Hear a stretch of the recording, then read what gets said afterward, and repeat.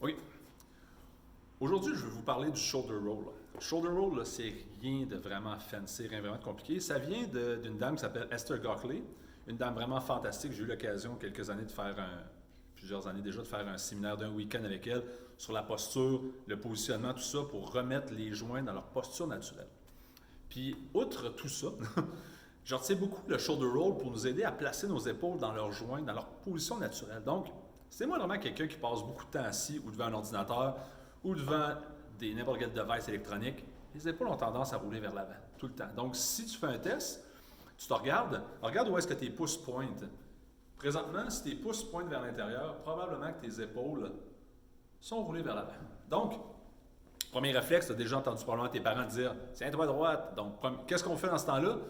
On se place de même, puis on s'en va pour essayer de vaincre l'univers au grand complet. Évidemment, ce n'est pas une position que tu peux tenir longtemps parce que tu as l'air fou. Ou avec les épaules roulées, les gens vont essayer juste de renvoyer la cage vers l'arrière pour essayer de replacer les épaules. Ça ne règle pas le problème, ça vient de loader ton dos. On n'est pas gagné, surtout si tu passes beaucoup de temps assis, ton dos doit déjà être assez sous tension. Donc, comment on procède? Comme ça que tu visualises ton épaule, peu importe laquelle, comme un engrenage. Donc, ce qu'on va faire, c'est qu'on va envoyer l'épaule vers l'avant, on va l'envoyer vers le ciel, puis on va la laisser tomber vers l'arrière. On fait la même chose de l'autre côté. Je roule, je laisse tomber vers l'arrière.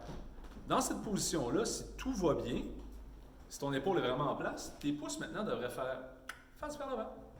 Donc, s'ils font face vers l'avant, déjà en partant, ça va bien. Mais comment tu consolides ça? Imagine que tu transportes 2 kettlebells vraiment lourdes ou des poids vraiment lourds qui vont te pousser vers le bas.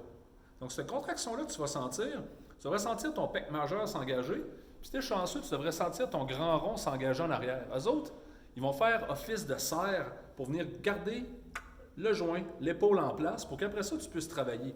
Super pratique quand il est temps de bencher, super pratique quand il est temps de supporter une charge, super pratique quand il est temps de faire des rings, où tu as juste besoin de replacer tes épaules en place, puis de les maintenir là, tranquillement.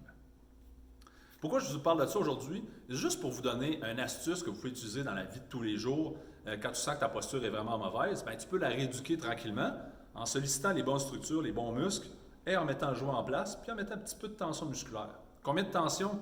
20%.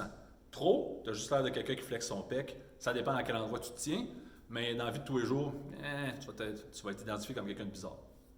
Shoulder roll, à essayer, à mettre en place, à sentir les bons muscles, pec majeur, grand rond en arrière.